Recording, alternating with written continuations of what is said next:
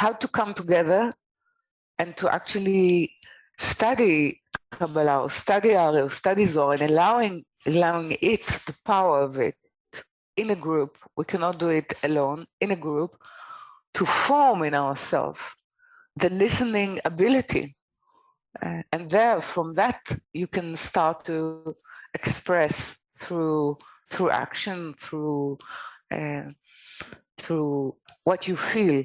Then we can speak about how we feel about, not about it, how we feel it. Okay, how we feel its demand, how we feel its love, and the fierceness of not being ready for it. Every time there is such a catastrophe on Earth and in human history, is to do with that. Is to do with the lack of ability to adjust and to be able to receive that which, the change that is needed. Okay. So, yeah. But I'm understanding this is really the deepest meaning of Hashgacha. Yeah, it is. It is. And it has to do. This is why the Zohar and the writing of Ari and were able to reveal themselves to such a huge public. This is the only reason, because everyone needs to deal with it at a level that they can deal with it. Therefore, I'm saying I don't mind Madonna doing it. She'll do it at her level with the group that belongs to it. It's fine. But this is not our job. Our job is to do it differently, with a different effort, with a different attitude. But it's what I'm trying to say, that it spreads all over humanity, but it needs a sound box, a reliable sound box, okay, that actually work to be accurate, to be same with it. So it's not a privilege or something that I do because it's I'm curious about.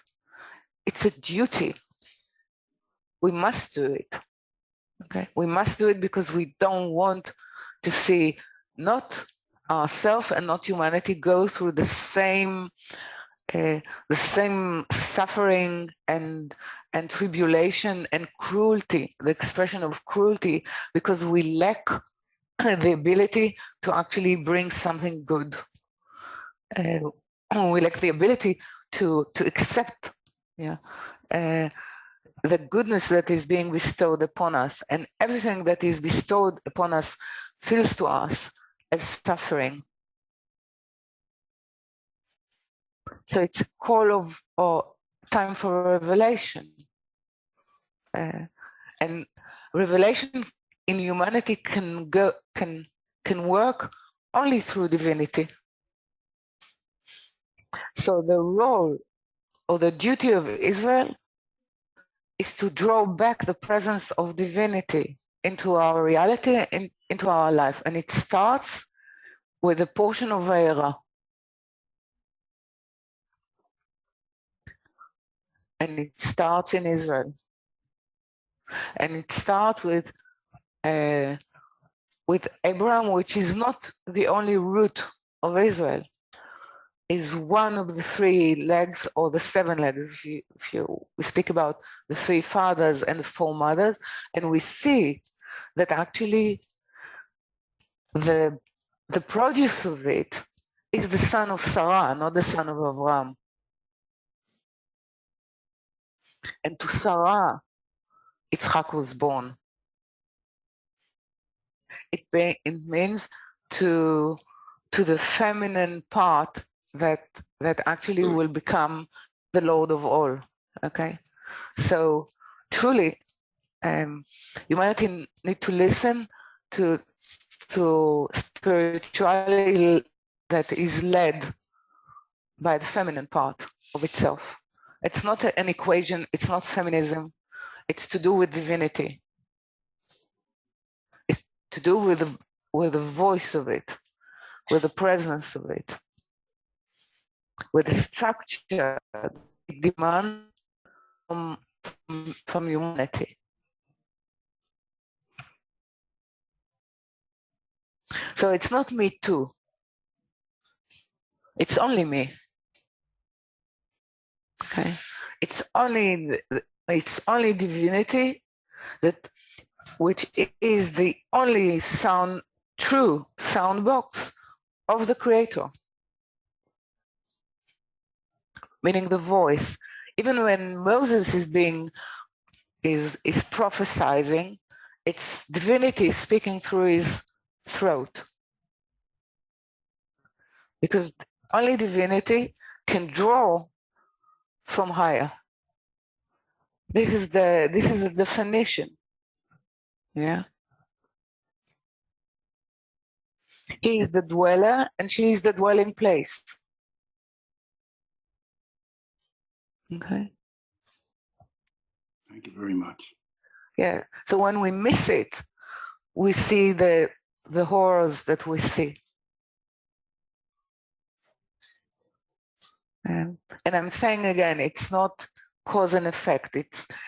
It's complicated, but in time, we need to feel the responsibility. If we see or witness what you witness, and we witness it through a constant threat, you can say, or constant fear in the back of the mind of every Jew and maybe every human being, okay, that this is possible. It has to ask itself, not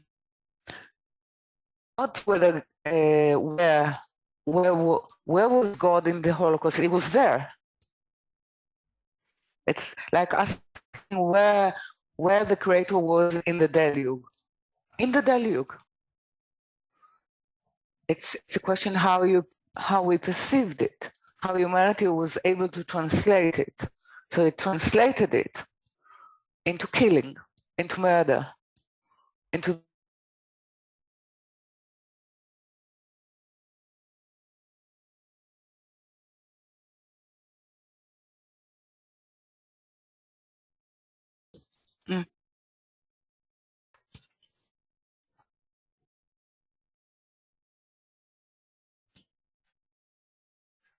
Okay. So actually Kabbalah is to reform that.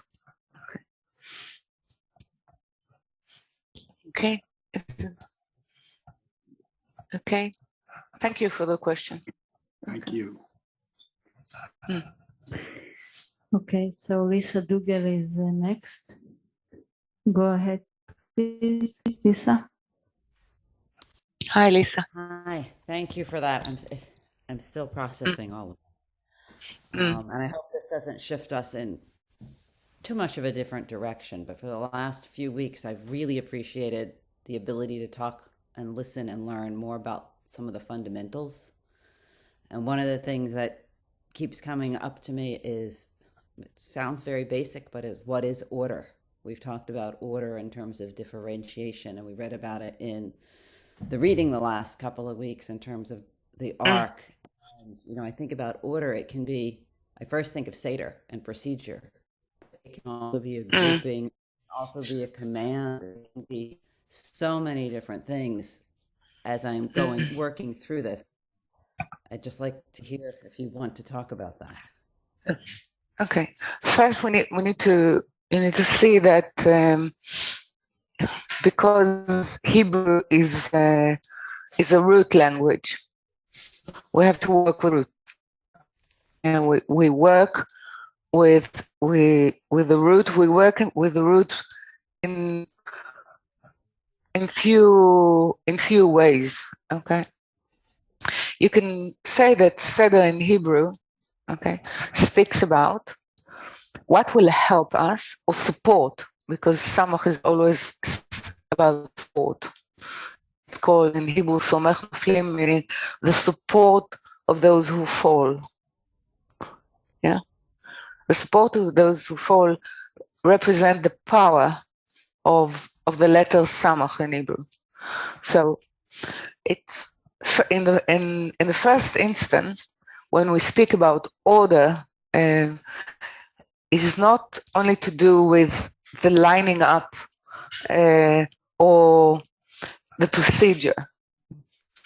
It has to do with the fundamental condition of connection. So order in Hebrew is a fundamental condition, not procedure, condition of connection, meaning connecting to that which I wish to inhabit my life. So in what is called the part that is concealed in each letter in Hebrew, when you open it with the letters that actually constitute the pronunciation of the letter. So it's not like in English A, B, C, which the highest point that you have another letter that how you will pronounce. Instead of A, you say Aleph. You have three letters. The Aleph. You have Aleph, Lamed, and Pei. You have something which is hidden inside the letter, which is the unpronounced, not in the letter, but in a word, they are unpronounced. I don't say Aleph. If I want to say Abba, I'm not saying Aleph, Bet, Aleph. Okay, I'm saying Abba. But if I look at it, there are actually 6 letters which are hidden, which are the meaning, the content of the true letter. So when you do that to the letter Seder, what you discover, it's actually an instruction how to include yourself in the light, in what there is. Okay? So it's a condition of support, of connection, and it's an instruction which is not it's not aligned or procedure of 1, 2, 3. It is in each one. For example, in surrender, you have it's inside. There is an inclusion of surrender, of surrender, differentiation of surrender, and sweetening of surrender. It means that each part is giving birth to the next part, which is an inclusion. So differentiation has surrender, surrender of differentiation, differentiation of differentiation, and sweetening of differentiation. So you have 9 stages, actually, which is exactly 9. This is exactly how you work in 3 lines in each one. So we start, you can say that the expression of working in 3 lines starts from the right side, which is surrendering to the higher, meaning surrendering to the sublime, surrendering to the fact of the superiority, of the refinement, of the qualities of the higher. Okay, so we start with the right, and then differentiation is the left. After hopefully we've been able to be under the influence, under the power of etching of the light, to actually give us the sense of choice, or give us an ability to choose, then we ask to use this this lack, this want, in such a way that it will connect us deeper to the right. And then sweetening is actually the third stage, which is called the third line, which is how we combine in ourselves and in the group the power to actually lift and give it to divinity, to create a new stage or a new reality, a new perception in ourselves that was not there before.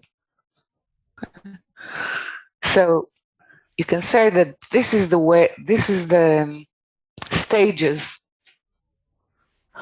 which are they are inclusive. Instead of thinking about it as a line, think about it more as a cube, as space. Okay, space that you enter. Even when you enter surrender, you can be in let's say, in differentiation of surrender. For example, when I'm saying to you, try to figure out that we think that our effort brought us here, but actually something higher pushed us into this situation, and we need to acknowledge it. This is actually differentiation of surrender.